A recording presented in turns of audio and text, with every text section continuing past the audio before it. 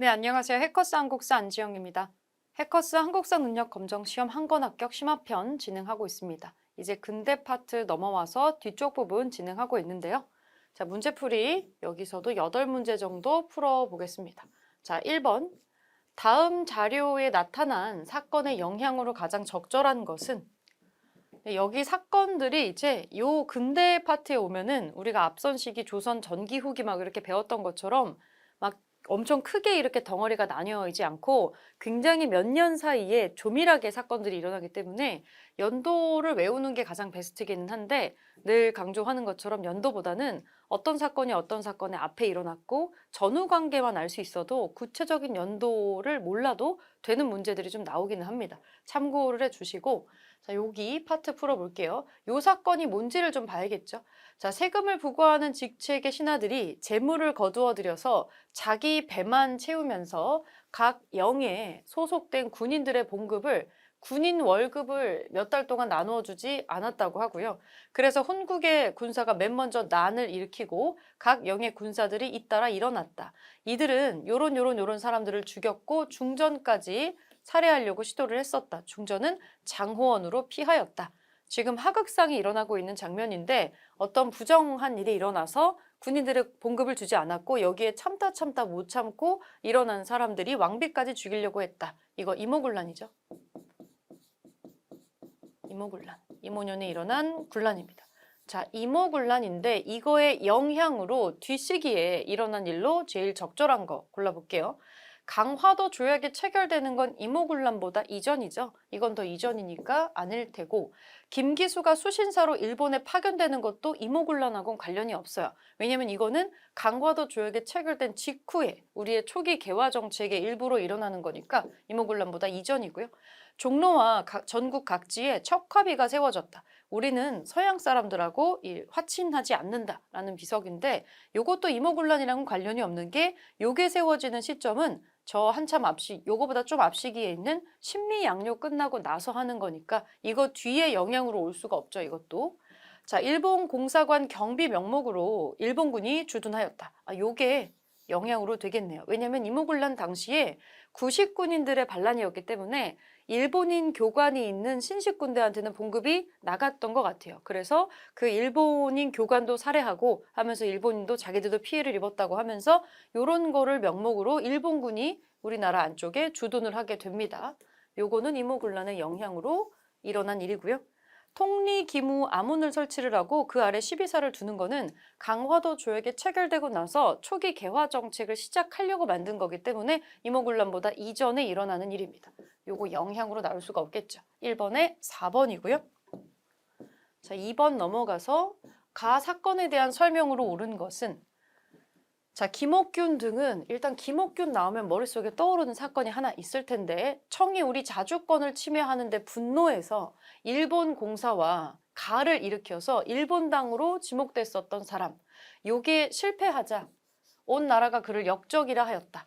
나는 조정에 몸을 담고 있어서 그를 토벌하여 죽여야 한다는 것 이외에 다른 목소리를 낼 수가 없었다. 그러나 김옥균과 나의 마음은 그 뜻이 다른 데 있는 것이 아니라 나라를 사랑하는 데서 나온 것이다. 자, 소금청사라는 글인데 김윤식이 쓴 거고요.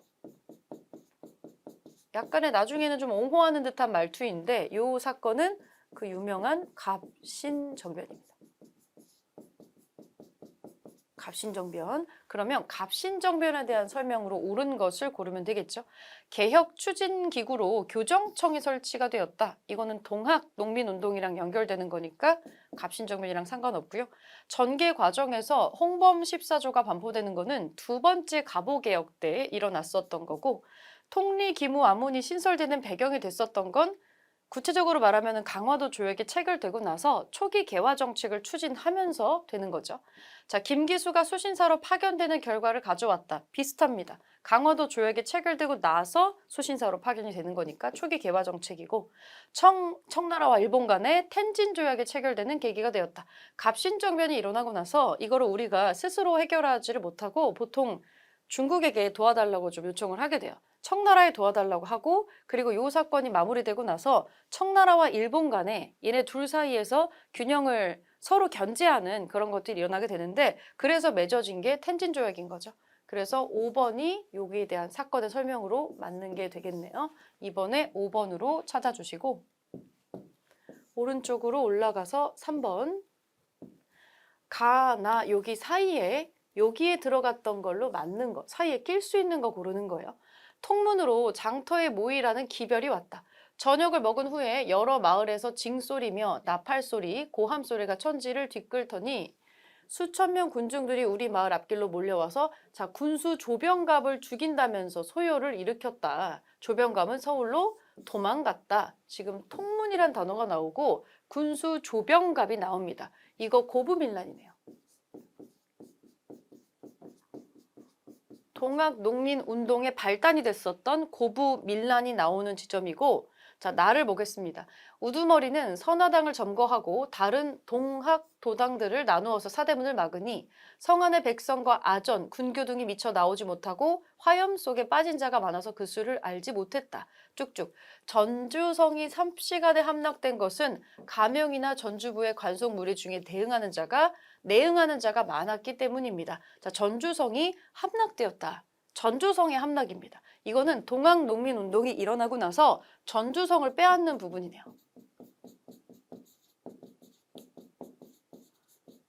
불과 한 4개월, 5개월도 안 되는 기간 동안에 거의 약 5개월도 안 되는 기간 동안에 일어났었던 일이에요. 고부밀란이 발발하고 나서 반년도 안 돼서 전주성이 함락이 되는 나름대로의 동학교도들 입장에서는 쾌거를 거두게 된 거죠. 그러면 처음에 시작했을 때 하고 전주성을 함락했었던 시점이 나오는데 사이에 낄 수 있는 거는 뭐냐? 요거를 찾는 거네요.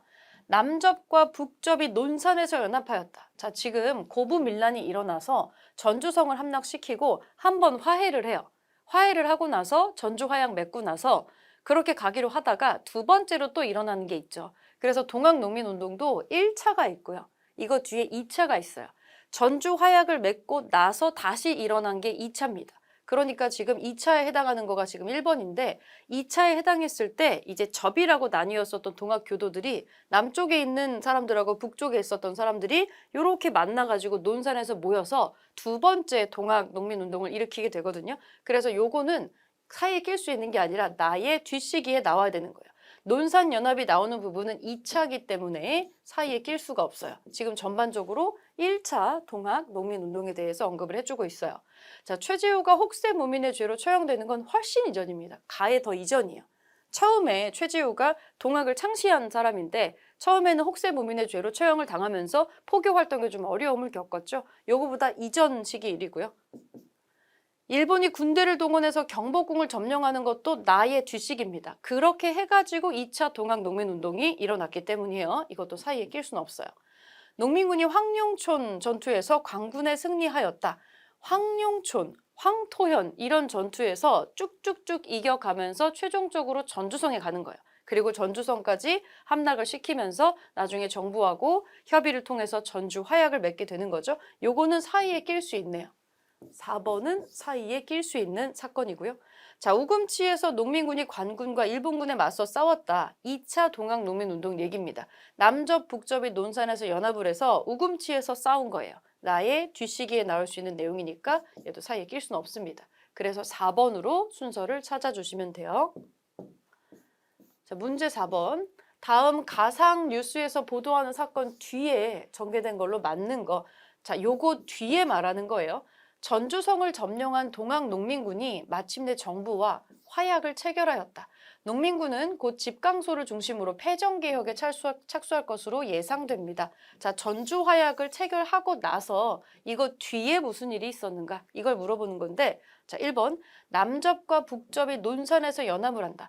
자, 전주 화약을 체결하는 것까지가 1차 동학농민운동이에요. 근데 이제 해산을 해야 되는데 일본군이 다시 경복궁 점령하면서 갈 생각이 없으니까 다시 사람들이 모여가지고 2차를 일으켜요. 그 2차를 일으킬 때 남접, 북접으로 나뉘어 있었던 거를 논산에서 연합을 시켜서 다 같이 이제 응대를 하는 건데 전주화약 뒤에 일어날 수 있는 순서죠. 2차 동학농민운동이 발발하는 시점이니까 1번이 맞는 거고요. 농민군이 황룡촌 전투에서 광군에 승리하는 거는 전주화약 전에 전주성 점령하기 이전에 있었던 거예요. 이거는 뒤에 올 수가 없고 교조 신원을 요구하는 보훈 집회가 개최되는 거는 이거의 가장 최초 버전인 고부밀란의 이전 해에 일어나는 거예요. 그래서 시기상으로 이거보다 전이에요. 사태 수습을 위해서 안핵사 이용태가 파견이 되었다. 이것도 전주성 점령하기 전이죠. 근데 이용태가 파견은 됐는데 제대로 해결을 못하고 오히려 동학군들을 막 이잡듯이 잡다 보니까 사람들이 더 크게 이제 일어났었던 거죠. 그래서 농민운동으로 번진 거예요. 자, 전봉준이 농민을 이끌고 고부 관할을 습격하는 것이 요것이 이제 고부 밀란이라고 하는 거죠. 이거는 시작점에 해당하는 사건이고요. 그래서 요 사건 뒤에 전주 화약 뒤에 일어나는 건 2차 동학 농민 운동이 일어나는 시점. 그거는 1번밖에 해당 사항이 없습니다. 다음 페이지에 5번. 가에 들어갈 내용으로 가장 적절한 거. 자, 군국기무처에 대해서 알려줘. 군국기무처는 국정 전반에 걸친 개혁을 담당한 기구이다. 총재는 김홍집이었으며, 김홍집 혼자네요. 육일준 등 개화파 그리고 박준양 등 흥선대원군 계열의 인사로 구성되어 있었다. 수개월 동안 200건이 넘는 안건을 의결을 했다. 자, 개혁 내용이 뭔지를 알려달라고 가를 비워놨는데 이거는 1차 가보개혁이에요. 1차 가보개혁. 자, 그러면 1차 가보개혁에 해당하는 내용으로 적절한 거 고르면 되겠네요. 공사노비법을 혁파하였다. 이게 바로 지금 1번에도 답이 나오고 있네요. 가장 먼저 해결했었던 공사노비법 혁파. 1번이 답인데 오군형을 2형으로 통합하는 거는 1차 가보개혁에서 한 게 아니라 더 이전에 초기 개화 정책의 일환으로 했었던 거예요. 이건 훨씬 이전이고 건양이라는 연호를 제정한다. 양으로 나아가다라는 뜻인데 태양력을 쓰면서 이런 연호를 지정을 했었던 거는 가보개혁이 아니고 을미개혁에서 하는 거고요. 한성사범학교 관제를 반포하는 거는 1차가 아니라 2차 가보개혁에서 하는 거예요. 2차에서 하는 거.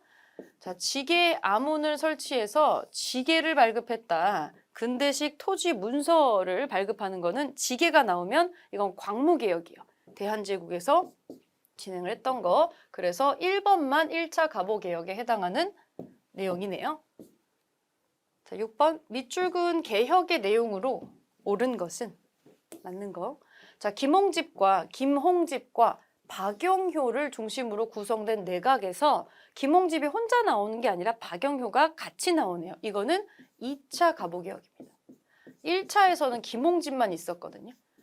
이건 2차 가보개혁이에요. 수령의 권한을 축소시키고 재판소를 설치했다. 대표적인 2차 가보개혁의 내용 중에 하나인데 자, 2차 가보개혁의 내용으로 맞는 거 고를게요.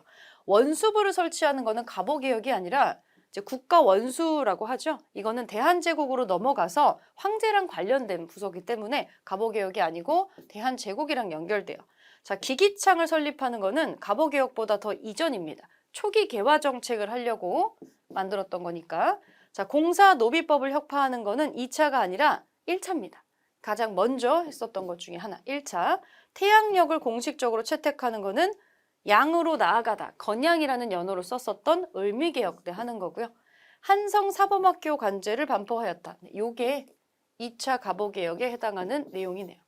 1차하고 2차, 을미개혁, 광무개혁, 초기 개화 정책을 적당히 섞어놓고 고르는 문제가 주로 출제가 되고 있는 패턴을 계속 보이고 있네요. 자, 6번에 5번으로 찾아주시고요. 7번, 가 단체의 활동으로 옳은 것은 독립관에서 토론회 장이 열리다. 자, 지난 일요일 오후, 자, 1897년이네요. 오후 독립관에서 요 가라고 하는 단체의 첫 토론회가 조선의 급선무는 인민의 교육이다라는 주제로 개최되었다. 토론회에 찬반 양측의 열띤 논의가 있었고 법부 대신 한규설 등 정부 고위 인사들도 참석을 해서 교육 문제에 대한 다양한 의견을 제시하였다. 다음 토론회에서는 또 주제를 이렇게 정하고 요 단체의 위원 이상재를 포함한 4명이 열띤 토론을 벌일 예정이다. 네, 이거 독립협회죠.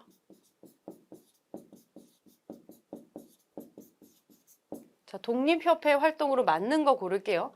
고종의 강제 퇴위 반대 운동을 주도했던 거는 이거는 독립협회가 아니라 독립협회는 그 강제 퇴위 될 때까지 존재하지도 못했어요. 요거는 대한자강회라고 있어요. 이건 대한자강회 활동이고 만세보를 발행해서 민족의식을 고취하는 거는 천도교죠. 동학이 이름을 바꾼 버전의 천도교. 파리 강화회의에 독립청원서를 제출했다. 이거 대한민국 임시정부에서 하는 거죠. 임정에서 하는 거.